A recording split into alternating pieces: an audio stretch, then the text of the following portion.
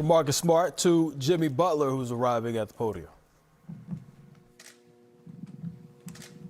Jimmy, what made such a dramatic difference between games 1 and 2? They made shots that they missed last game. That's just what it is. It's going to be hard to beat anybody when they shoot 50% from the field and 50% from the three.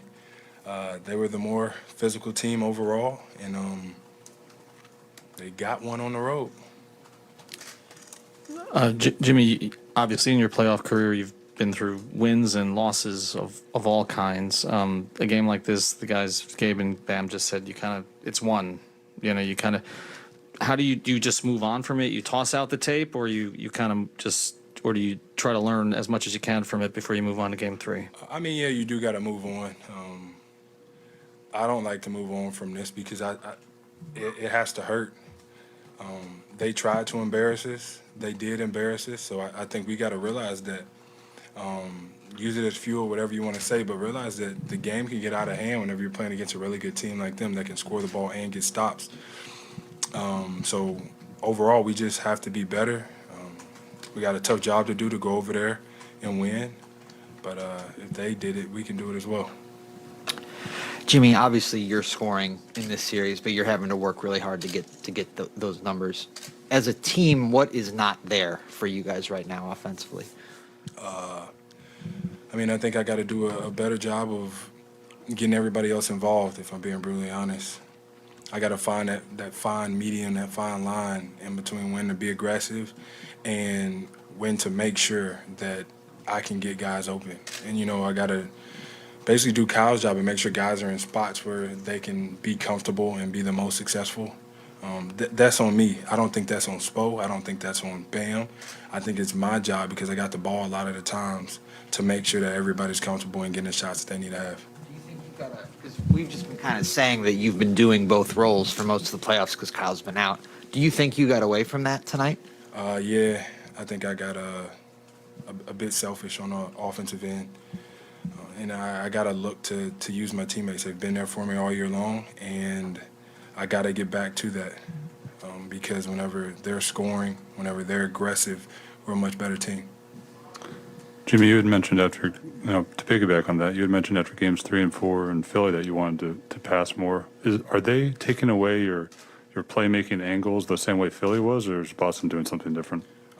Nah, I just got to set better screens, attack more, touch the paint, and look to kick the ball out, even sometimes whenever I do have a layup, just because that is the right basketball play, and somebody's more than often going to be open.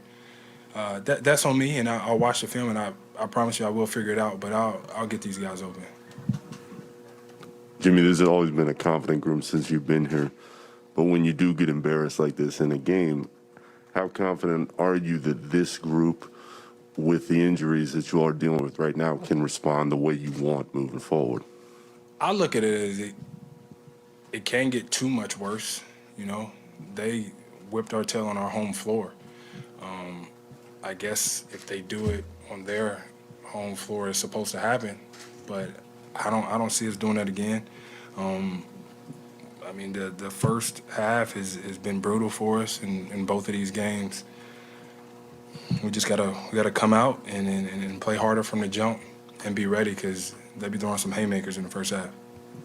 Obviously, they shot lights out, but were there times tonight where your defense as a group bothered you in terms of giving Boston too much airspace on threes and other shots? Yeah, they got to the free throw line. Yup. They made threes. They got to the paint, got layups. They got out in transition. They got offensive rebounds. They was doing everything that we pride ourselves on, actually. But that's what you get whenever you're playing against a really good team. They've been playing that way for a very long time. So I think overall, we've seen it before. We damn sure saw it tonight. So if we don't want it to happen again, we better fix it. Hey, Jimmy, so tonight the Celtics with Horford and Smart back on the floor were switching a lot more than they did in Game 1. Was that something that you think disrupted you guys' offense, or was it more about not getting enough consistent stops on defense? For sure, all about stops. How many times we shoot the ball? Shot the ball more than they did. We just didn't make shots. It's part of the game, but we damn sure didn't guard anybody. And when we don't do that, that's a trend all year long. when we're not making shots, we're not guarding anybody. So we need to fix that once again. When we worry about defense first, the offense will come. Jimmy, Marcus just spoke in the other room, and speaking is a sign of respect towards you. He called you a warrior, said he loves to play against you anytime he can. For him to come out after missing the first game with a bad foot and have the impact that he did, what does that say about him? Look, he's key to what they do over there on both sides of the floor, actually, and for sure when he's making shots. But as a defensive player of the year, night in, night out, taking that matchup and being able to play on both sides of the ball, that's crucial for them. He was a big part of them winning this game tonight, along with Al Horford. Obviously, JT and JB do what they do, but they came out and wheeled that organization, that team to a dub. So you got to respect him and what he does. Did you get a chance to talk to PJ, and are you worried he might be out for a little bit? I did. I think he'll be all right. You know, Marcus said, I'm a warrior, so is he. So, you know, if he's not ready to go, though, everybody else has to be ready to go. And those are some even bigger shoes to have to fill because he does it on the defensive end. We're capable of it, though. All right, Jimmy, thank you.